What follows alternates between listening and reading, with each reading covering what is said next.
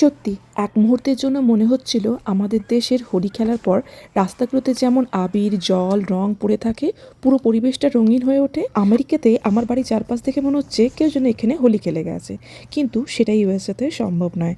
খেলতে হলে কোনো পার্কের মাঠে বা ইনডোর কোনো জায়গায় বাড়ির সামনে বা পরিবেশ নোংরা করা একদমই যাবে না। তাহলে এগুলো কি?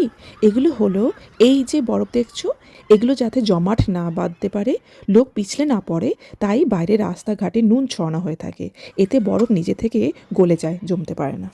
তাই এই সময় রাস্তার বিভিন্ন জায়গায় গোলাপি, বেগুনি, সাদা এরকম বিভিন্ন রঙের আবিরের মতো চারদিকে ছড়ানো হয়ে থাকে।